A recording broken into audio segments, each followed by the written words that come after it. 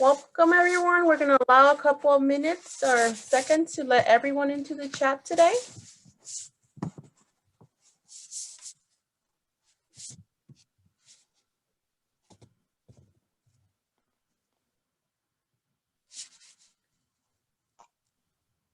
My name is Noemi Guevara, and it's my pleasure as the Director of Alumni Engagement to welcome you all to this 49er Industry Chat. Before we start, we would like to inform you that this session is being recorded and it will live on our website on demand at csulb.edu/alumni. We also encourage you to use our Q&A box located below to submit any questions for our guest speaker today.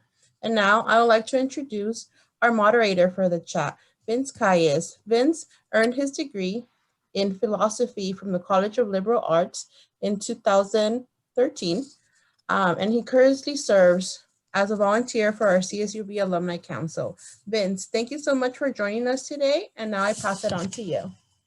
Thanks, Noemi. I'm excited for today's industry chat. Let me just give you a few minutes to introduce to you one of our great speakers today, Jay Jefferson. So he's a double alum. He's earned both his bachelor's degree in industrial technology construction management and his master's degree in engineering management from CSULB. He has 35 years of construction building experience, primarily in the CSU system, working with both the Chancellor's office and on multiple campuses throughout the system. He currently serves as the Adjunct Faculty at CSU Dominguez Hills, and he also teaches at CSU Los Angeles. Jay's worked in multiple construction delivery methods, such as CM at risk, progressive design and build, and task order construction contracts, using integrated project delivery and lean principles. For 22 years, he's also given time to his community, working with the male youth from ages 11 to 16 in the Rites of Passage program over at the Faithful Central Bible Church. So today, I want to welcome you guys to get to know him a bit more and learn about who he is and what he does. Mr. Jay Jefferson, take it away. All right, thank you. I appreciate that. Very nice to meet Vince and Noemi and Cynthia and Evelyn Kloss and the whole team. Everybody was great. Thank you for the warm welcome and the opportunity to present. I'll just tell you a little bit about myself. First of all, I should tell you that I'm a man of faith and that I don't believe that things happen by chance or by accident. I believe that things happen by the providence of God, and that's why we're all here. Just briefly, just to tell you, I've been working since I was 16, but my first career path start was an internship at Hughes Aircraft. And oddly enough, I was in a on-campus program. Some of you may have heard of NSBE, National Society of Black Engineers. I was in that program on campus, and they sent out a resume book to corporations at the time. And Hughes Aircraft just called me up one day, and I kid you not, they offered me a job, no interview, no nothing. I don't think that happens too often, right? So I started working at Hughes Aircraft for the summer. And that was many moons ago, of course. And then I stayed on, well, actually I went back to school, but then I stayed on the following summer and finished and graduated, and Hughes helped pay for my education and all like that. And then I worked for Hughes Aircraft for 7 years and, just learned how to work in the business environment, right? And I think once you establish that, you can go into any other kind of work environment. And so I got my foundation in the business environment at Hughes Aircraft and got a job at CSU. And the thing about CSU was, like, when I first came on, there was a position as a junior engineer, right? And so the engineers that were there, they said, well, he doesn't have a license. They were looking for licensed engineers, right? And so, but there was one guy who said, let's give him a shot, right? And the whole story blossoms from there, right? Somebody saw something in me. They said, let's give this guy a shot. And so I came in, I worked for the Chancellor's office for 10 years, managing construction projects all over the system. And then I ended up going to Cal State Dominguez. I always, for the most part, my career has been in the CSU system, right, for 30 years. And so I ended up at Cal State Dominguez, where I ran all the construction, right? I was the construction manager, helped build the campus, and it was a period of growing time for that campus as well. And so I stayed on campus 9 years, and then an opportunity came up. I ended up going back to the Chancellor's office and working at the Chancellor's office for another 10 years, and that's how I ended my career. But one thing I'll say about the Chancellor's office is there was a guy there, we're talking about, there's a lot of conversation right now about social inequities and social injustice and all that kind of stuff, right? But there was a guy there that when I was there the first time, he barely even said a word to me, right? But when I came back the second time, obviously I had proved myself by then. I'd been in the system almost 20 years by then. And so he actually is the guy who hired me. The guy who would never even talk to me before ended up hiring me the second time. And we ended up being the best of friends. But so, you can't go by the circumstance you might be in. You always have to continue to look toward the future. So anyway, I think that probably covers my introduction in terms of my career. Yeah, that's pretty interesting too, Jay, because one of the challenges that a lot of students have is one is about internship, and then the other one is taking on an opportunity even though they themselves might not be fully ready for. So like how you mentioned too, where you said, you applied and you didn't have the license, but that didn't stop you, right? Like you knew you were going to get it. So where does that come from? Where it's like, just give it a shot. Somebody gave you a chance, but that also requires you to put yourself out there. So where does that come from in your background, your history of just saying, let me just give it a shot? I think my faith is part of it, but I also think that just believing in myself is the other part. It's like I had made up in my mind even before I started in college. Somebody asked me, what did I want to be when after I graduated from college, right? And I said I didn't know, right? I went in declared as a mechanical engineer, but I didn't really know if I wanted to be a mechanical engineer. All I knew was engineers made money, and that was attractive to me. That was basically it, right? It wasn't out of passion or love for science or math or anything like that. So anyway, but I was determined, and people would ask me, what is it that you're going to be? And I would say, I don't know, but I said, I'm going to be something, right? I had already determined that I was going to be something, even though I didn't know what it was. So, yeah. I like that response too. Then that's part of the learning curve, is that learning about, being aware of an opportunity and taking that chance. And, right. just some of so if you were to, let's say you were you're about to graduate this semester, and let's assume you're about to graduate this semester, what are things that you would do in that if I was graduating this semester and interested in construction, mm-hmm.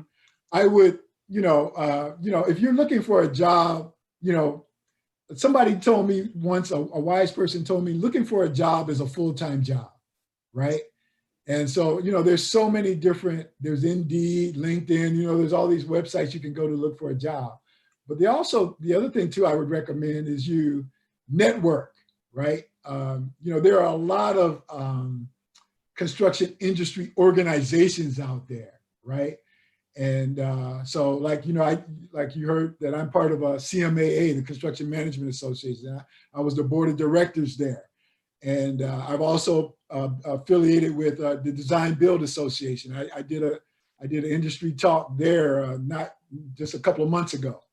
And so I've spoken at like AGC, American General Contractors. So there's a whole plethora of organizations that you can participate in, network, volunteer, meet people. I mean, it's just on and on, right?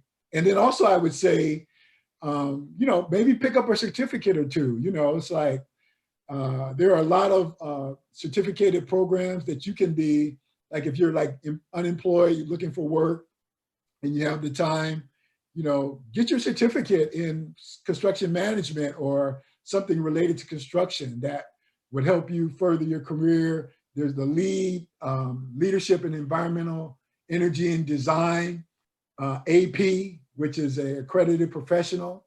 That looks good on a resume. You need to understand sustainability, green buildings. I mean, all these things are very important now in society, the way we build buildings. So, definitely.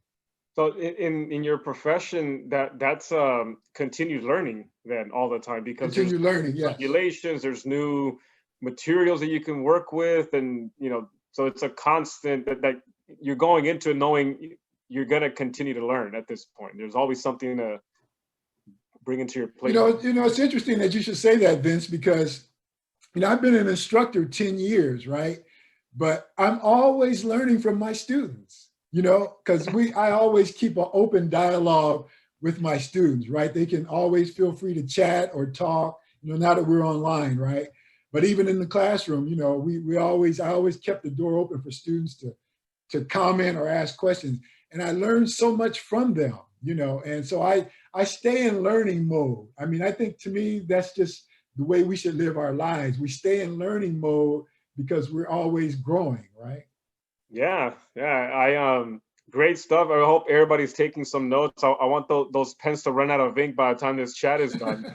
So some of the questions are already pouring in, and one of them is, because of your experience in the CSU and the universities, and there's multiple things that you're taking into account, right? There's management, there's teaching, there's a transferring of knowledge, there's a continued learning. Have you ever made a major mistake in that process? Oh yes, of course. Many. Too many to count. Okay. But one of the major mistakes that I'll talk about is when I was well into my career by the time I ran into a guy that ended up being my boss, who was a micromanager, right? And you could, and here I am, I'm a seasoned professional, right? And so, I think at that point, when somebody's like looking over your shoulder very closely, you kind of like tend to push back a little bit, right? And that's what I did. I was kind of, butting heads with this guy, and actually for a couple of years, we actually butted heads, right? But I got advice from a friend, and he said, Jay, you just need to humble yourself. You need to humble yourself, and you need to submit to his authority, right? And I did that. And so, managing a micromanager, right? And so what I did was I just gave him more information than he could possibly need, right? And so he felt more confident in me that I was gonna provide information, because that's what micromanagers do. They, in a sense, they have insecurities, but they want to always know what's happening, right? And so I made sure he had that information, and at some point he subtly backed off, and we ended up being friends. And but the thing about that also, Vince, is that even though when I was dealing with that, I was still pursuing my passions and my goals, right? And so the education, being an educator, that was one of my passions for many years. And, I knew that I was going to have a career outside of CSU. I was planning for that.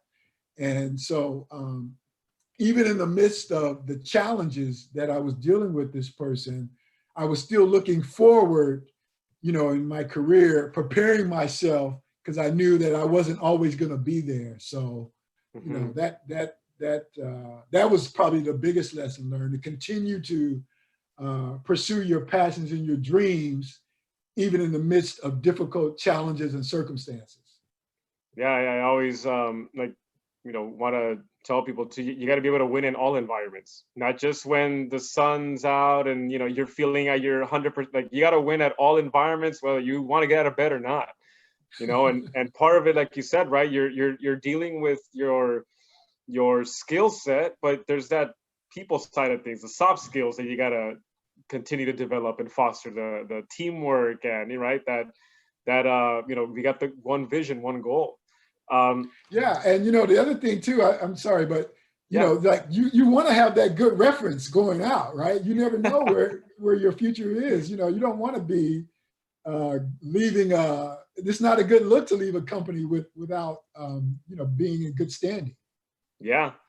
So when you were back at the Chancellor's office, and you're overseeing all of these projects, how do you keep that line of communication open by not only giving them trust to do what they need to do, but not be a micromanager? Because if we're talking about 23 campuses and you got to figure out what's going on and who needs what, how did you start to develop that management style? Well, I think it happened over many, many years, understanding the system, understanding the nuances of how things work. By that point in time, I had known a lot of people, and I had known, this person was an outsider. I had been in the system probably 20 years by that time. And so I knew all the ins and outs of the system. I knew how to work independently like I had been doing. But, just trying to keep him informed, I guess, was the greatest challenge. But I never had a problem working independently and, just making sure, that things got done. I always, made sure that whatever assignment or task was given to me, I did it with excellence, right? And so no matter how much we didn't get along, when my evaluations came in, they were always good. It's like he couldn't find anything negative to say about my evaluations. It was like, yeah, definitely taking a lot of pride in your work. I mean, that's your DNA in all these buildings and projects. So one of the other questions that we're getting a lot is, what is your favorite construction delivery method and why? Oh, okay. Well, I mean, the top two of my list is CM at risk and what we call the CSU calls it collaborative design build. But if you go to the AIA website and other websites or other aspects, owners or whatever, they might call it progressive design build. And so those are just like industry jargons, but it's really semantics because they virtually are the same, like, collaborative design build and progressive design build. And CM at risk is a little different because CM at risk, the owner and the contractor, the owner contracts with the architect and the contractor separately. Whereas progressive design build, the owner contracts with the contractor and the designer works for the contractor.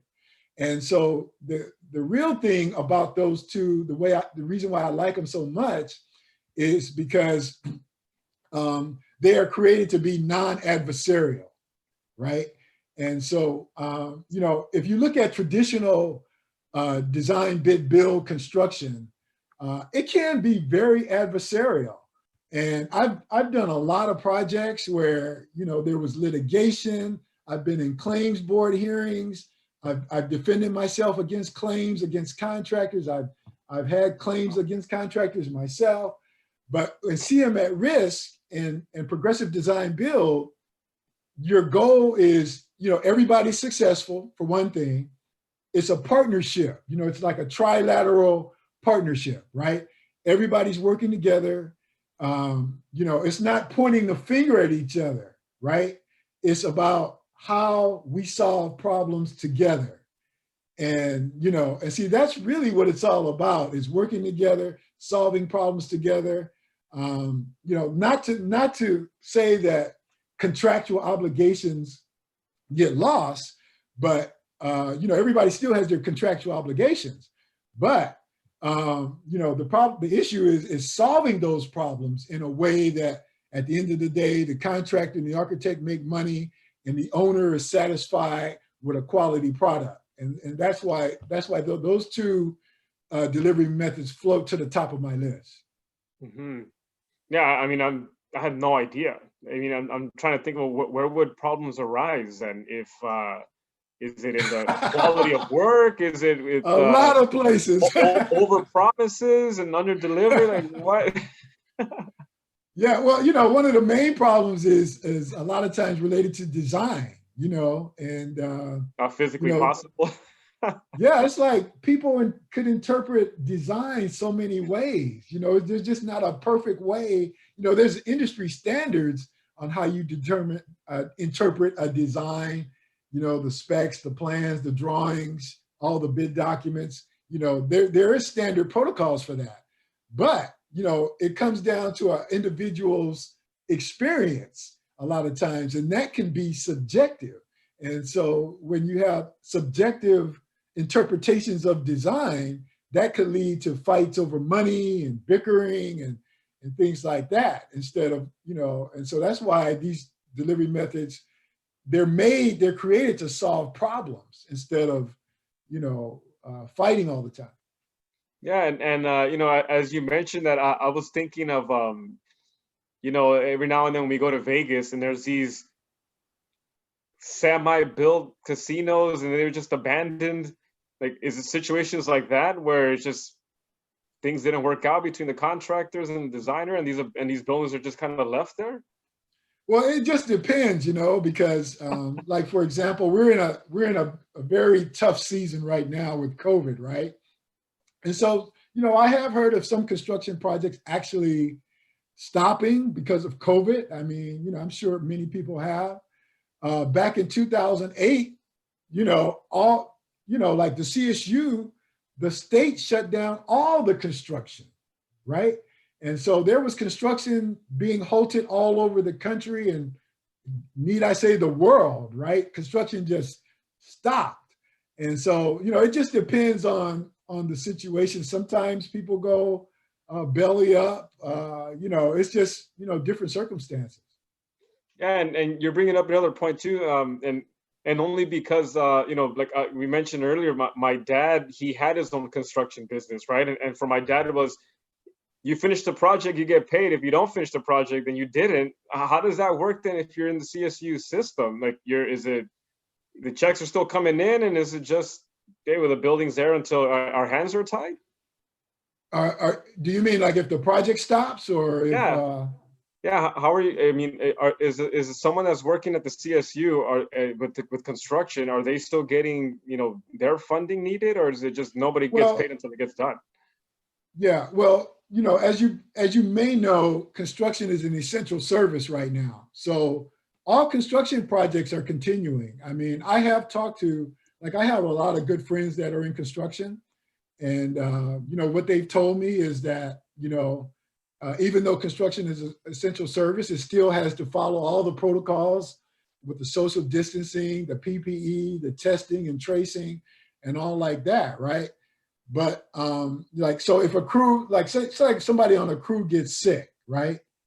That whole crew may have to go home, you know, and quarantine until they're cleared to come back. Or, you know, a job may have to shut down because, you know, they didn't catch it in time. There wasn't the proper testing and tracing done. And that affected the whole job, you know, because you couldn't trace back to where that person was. So everybody had to go home and quarantine. But for the most part, the wheel keeps on turning. You know, people are still getting paid. You know, contractors in the CSU system get paid in arrears. In other words, that means that they get paid monthly at the end of, you know, a certain portion of work being completed, right? And so, but no, the wheels keep on turning. Right. I got another question coming in here. So we have someone that's interested in the construction industry, and it's kind of, I'm sure you get this question asked a lot: experience or the education route, which is the most important one? And, you know, was one take priority over another? Can you do both simultaneously? How does that work in that sense? Well, I'm a little biased because I'm a strong believer in education. I'm an educator myself, so I would say education comes first. But if you talk to somebody else they might say that experience is important, but you can get both. I mean, like there was a large gap between the time that between the time I got my bachelor's degree and my master's degree was probably about 25 years. And the reason why I decided to go back to school was because, there was more that I wanted to accomplish in life. I wasn't settled with, the status quo. And, I believed that I could do more. And the master's degree it really did open up the doors for me to do more. And so I'm a firm believer after having that experience that the more education you have, the more opportunities you're going to receive. Now, if you don't have an education, you can still, move up through experience. It's just going to take you a little bit more time. The other thing you can do if you're not one to go back and get formal education is, get certificates. There's a lot of certificates out there that look good on the resume, like I was saying earlier, that would help bolster your career. Mm-hmm. Okay. All right. Perfect. There's another question here about, it's more of a, what is your passion, right? Like if you did that for 30 years, what keeps you staying in this industry, in this field to come back and teach and inspire the next generation? What is it that motivates you to continue in this space? What is it about engineering and construction? Mm-hmm.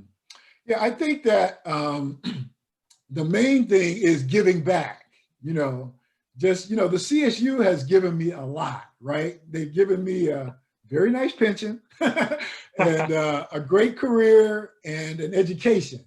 And so the opportunity to give back is, it's just amazing to be able to speak into the lives of, and the classes that I teach aren't necessarily young people per se, they aren't like fresh into college or anything like that. Most of these people are working class adults, right?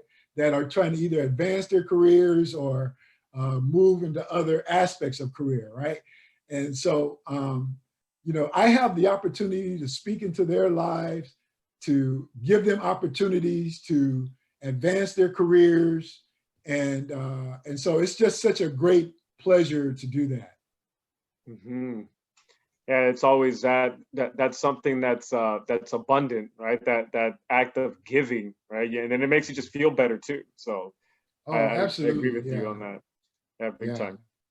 Right. Okay, we got this other question, right? So I'm going to read it verbatim. It says, diversity in the workplace is a hot topic right now. How have you seen the landscape change over the course of your career? Yeah, it is a hot topic, right? I mean, I think a lot of people are just now awakened to, social inequities and social injustice, right? But, minorities have been, we've been dealing with that all our lives, like even when we were growing up, our parents were telling us, be careful how you interact with the police and, all those kind of things. And we still, as minorities, we have to tell our children that, be careful how you interact with police and people like that, right? But, I've seen a lot of, the positive side is I have seen a lot of change in the construction industry, right? I've seen a lot of opportunities for women and minorities and, people of color to advance. But, honestly, there's still a lot of work to be done. We still have a long way to go.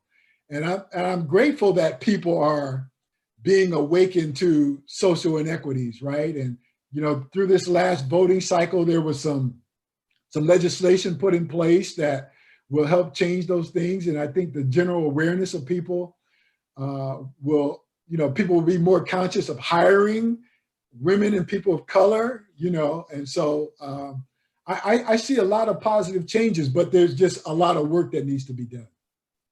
Right. And especially with with women and let's say construction and engineering. I mean, what's been your experience with that? Like, is it like a just completely male-dominated industry and field?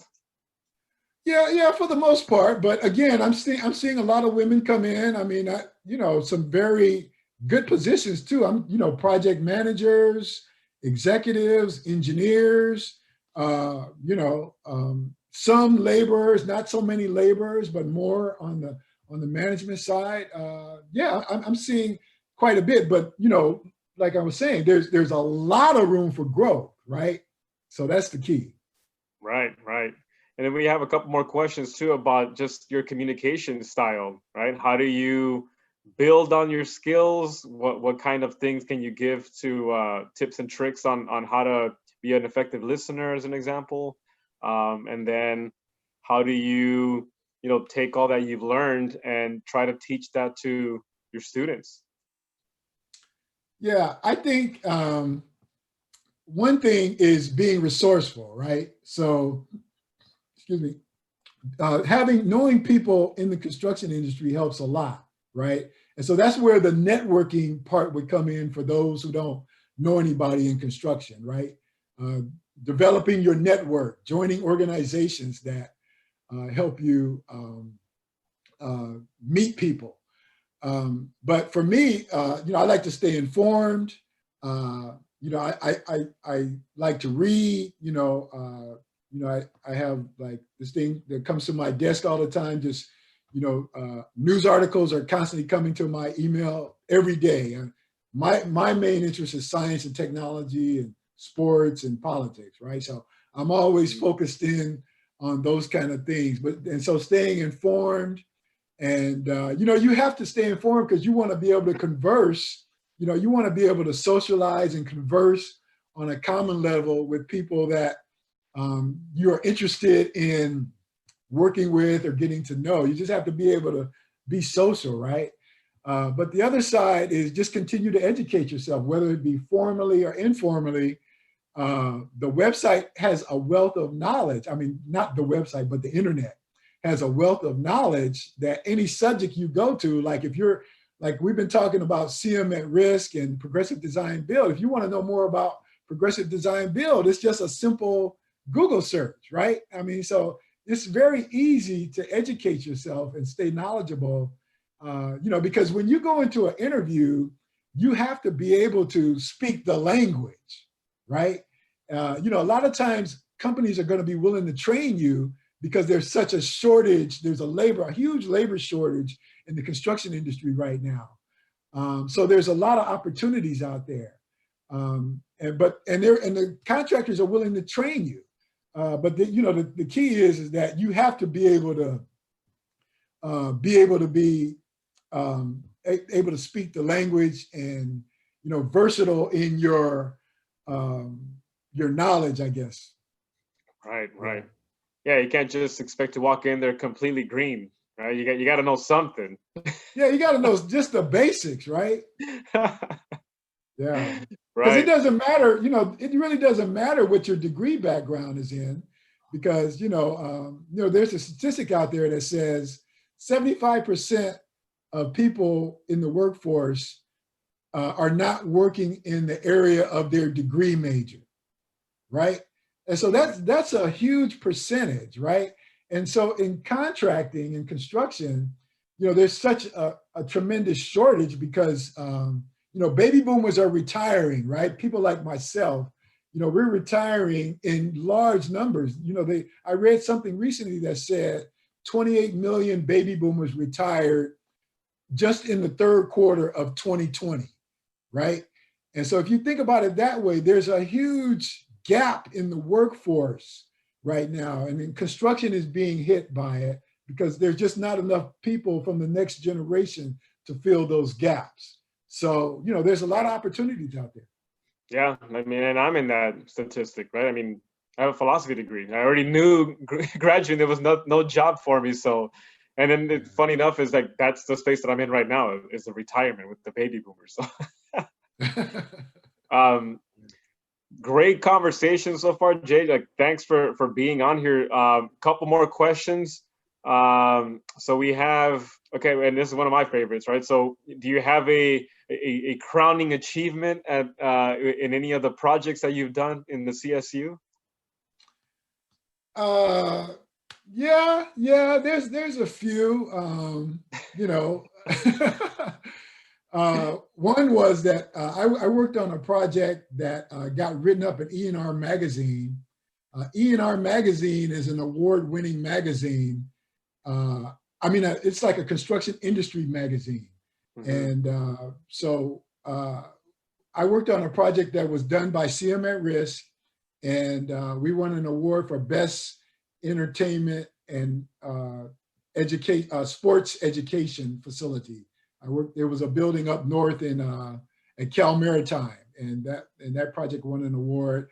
I also won an award as an owner member of the year for CMAA. I was on CMAA's board of directors, and I managed their owners committee, right? Because they're primarily focused on, project management, right? But they like to interact with owners as well. So I managed the owners committee, working with owners, both public and private. And, we actually accomplished a lot through that, in terms of events and outreach and things like that. And so I actually won an award for that as an owner member of the year. So yeah, I've had a few achievements that were very exciting. Yeah, I noticed the smile went big time with all the teeth right there too. We were talking about that. Right. I know you kind of talked about this a little bit earlier, which is the just about COVID, right? And the industry and how it's being impacted. Can you talk a little bit more about that and just your observations, and where do you think what's the next you're going to look like in 5 years from now? Yeah. So we're all being challenged by COVID, right? I think that's sort of a given. And so, as you heard me say earlier, the construction industry is facing the same challenges as everybody else. Fortunately, it's an essential service, so it keeps going. But the future is kind of hard to figure. It's like we don't know what we don't know, right? And so nobody's ever been in this space before, right? But the construction industry, like I said, is faced with labor shortages, is faced with supply chain issues, is faced with schedule issues, is faced with pricing, cost increases and things like that, right? Mm-hmm. But there's still a lot of opportunities there, even with all those challenges, And so I hope I answered your question. Did I miss any part of that question? No, I think that's fine. You think you're doing a great job. Yeah. Okay. So let's see here. There's a couple of questions on here. I have my own personal question for you too. Okay. That painting behind you. Oh.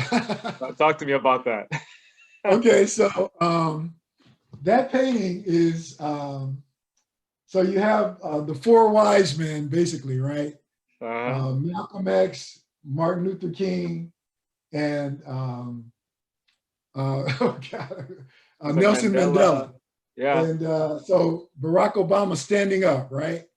And so if you look at what's happening in the scene, Barack Obama is receiving wisdom from the three men that have gone before him. If you notice, they're sitting down, they're at rest. Barack Obama is standing up. So he still has work to do. Yeah. So that's what he's doing, is receiving the wisdom of the elders, right? Mm-hmm. I love that. Yeah, and that ties in with just what you're talking about, right? You have this this giving of information, of knowledge, of mentorship, right? And you write the stuff down, you absorb it, you act on it, and then now you then in turn give it to somebody else. So that falls in line exactly. I mean, that painting captures you perfectly. Wow, yeah. I never thought about that, but you're right. That's very good. So some of the other questions too. So we're kind of diving into that now as we're getting ready to wrap up. So there's the work-life balance, right? Where did you have any challenges when it came to that? Where you were spending a lot more time in the projects that you were working on, or how did you make sure that you had your faith responsibilities met? With your family. What did you do? How did you do it? Well, it was a busy life. I mean, obviously now it's much easier, but I was just talking to my wife just recently about how sometimes I would either I'd have to travel, or I'd have to work late because of class, coming home 11 o'clock at night, totally exhausted. All I could do was go to bed and get ready for the next day. But, my faith is strong. And so I always believe in serving and giving back to the community. And so I serve on the board of elders at my church, and I work with the rites of passage. I'm an instructor in rites of passage. And so, those were priorities for me, right? Regardless of whatever else was going on, my faith was always a priority for me. But at the same time, I also like to play golf. I like to ride my bike, go to the gym, things like that. And so those things just become priorities. You just make up in your mind, you put yourself on a schedule. And I'm kind of a regimented individual anyway. And my wife always tells me that, right? So, but you put yourself on a schedule and you say, Monday, I'm gonna do A, Tuesday, I'm gonna do B, Wednesday, I'm gonna do C, and you work all the other things around your schedule.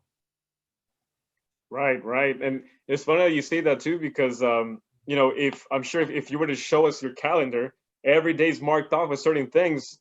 So someone might see that and say, man, you don't have a time for yourself. But there's these places that you go to that give you that nourishment, for example, right? Like you go to church, and when you are working with the youth program, like, those are things that they don't sap your energy. They're giving you life.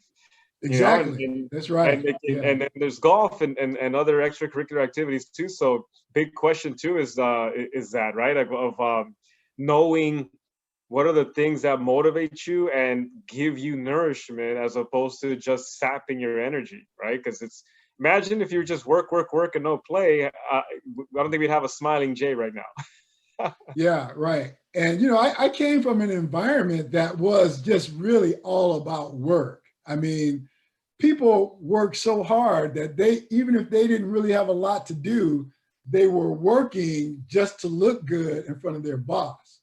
And so I had a slightly different attitude. I believe in hard work. Please don't misunderstand me. Hard work got me to where I am now. But I always believe that if my work is done, I'm going to go do something else, And so that's how I go to the gym. That's how I play golf. That's how I do all those other things because, work is a high priority for me, but I'm not going to just sit up there just to make myself look good in front of somebody else. You know what I mean? Yeah. No extra busy work. Get the job done. Next. Yeah. Move on to the next thing. So this big question has been coming up multiple times. What's next for Jay Jefferson? Okay, well, it's kind of like I'm enjoying teaching right now. I am working with the CSULA campus they're developing a curriculum for a construction management program. So I'm anticipating probably like in the fall to start teaching in that program as well. Right now I have my 2 classes at Dominguez. I'm hearing about a vaccine, Vince. I hope that this is going to be real because I'm kind of ready to get back out there, if you know what I mean. I can tell, yeah. And so, actually I had a trip planned. My wife and I were about to go to Europe in April before it all tanked.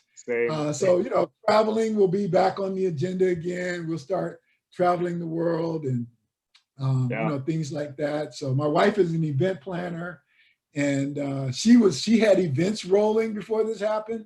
And so I support her and her event planning efforts. And so I anticipate that, once this thing is lifted, she'll go back to that and I'll support her. So she's retired too. So we both have quite an active and busy life. Yeah. And I was about to say, it's not, most people think of retirement as like the end, like, roll the credits.